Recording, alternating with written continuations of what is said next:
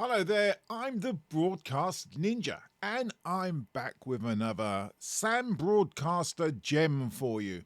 Right now, if you're new to Sam Broadcaster, you might be new to internet radio, or you might have been on internet radio for a while and sort of understand it, but now it's your turn to have a go. Right, well, it's really simple. That's why I'm here. I'm here to sort of alienate a level between the software and getting to use it without pulling all your hair out.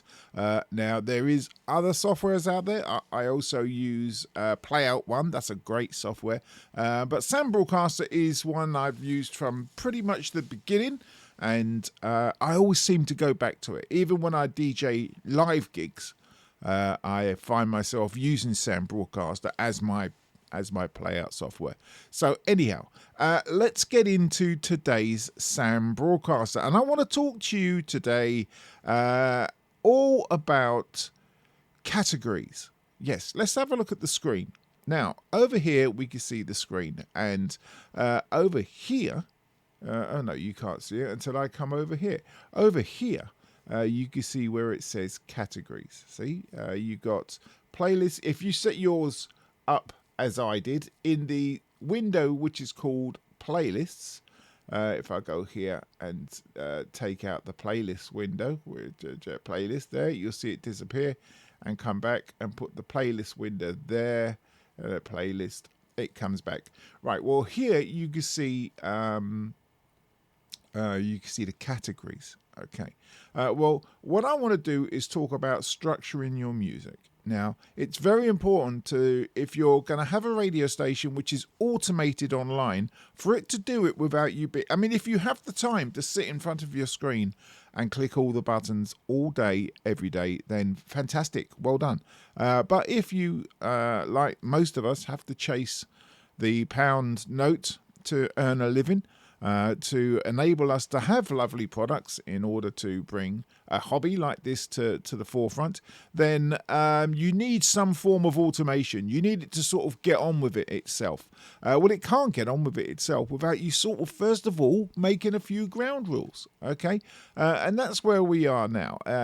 We've looked at other aspects of Sam Broadcaster and how to get around them, but without setting the core foundation down, it's never going to work. So today we're going to talk about the playlist window, and we're going to talk about categories.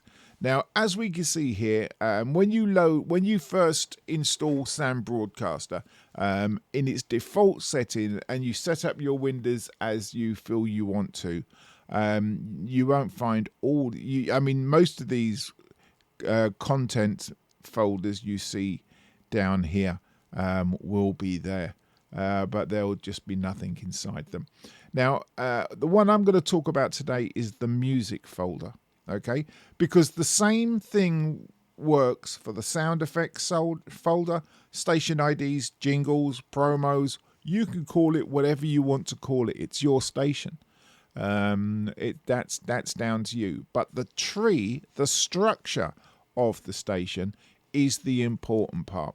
So first of all, we're just going to talk about music, because what we're going to apply to music, you can apply to any other automated genre, be it a jingle, a promo, an advertisement, news, interviews, or whatever. Okay, so I'm just going to show you where to do with the music. Now, in my music folder, if I click on it, well, first of all, if I highlight the folder, down here it says tracks in selected category. So it's telling me that in the playlist, here's the categories, and this category is called music, and the tracks inside the category music are in other folders again: 60s, 70s, 80s, 90s, 2000s, 2010s, 2020s, and reggae.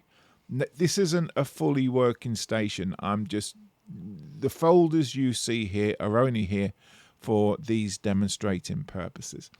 So yes, I could right click and nothing happen, or I can go up to it, right click and say new, and then a new folder. Say for argument's sake you just wanted to play slow jams, you'd write slow jams and There we go. You've got yourself a folder that you'd put all your slow jams music into. So you know when you want to play slow jams, that's your go-to folder.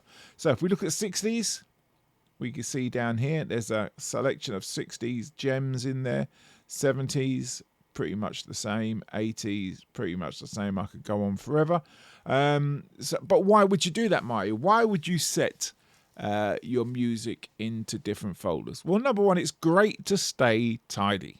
It's good to stay tidy. So you can do that. So how you set your folder structure is strictly up to you.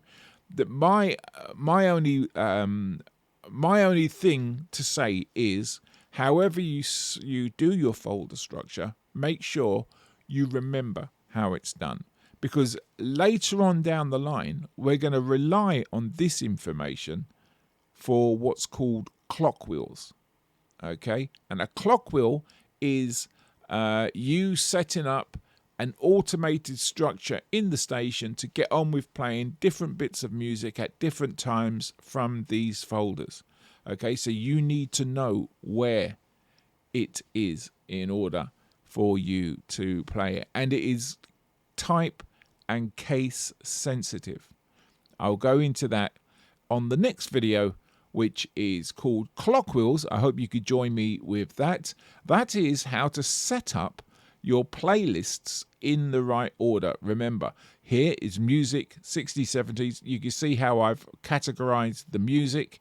And then down here, it's the same for sound effects, voice, PAL scripts, request PAL scripts, top of the hours, half past the hours, however you want to do it.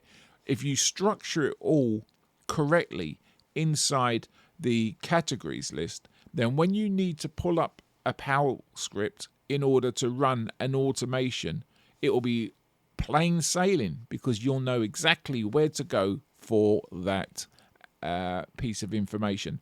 And that really means nothing until you understand a clock wheel.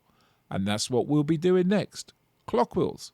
I am the Broadcast Ninja. Thank you so much for this little gem on Sam Broadcaster.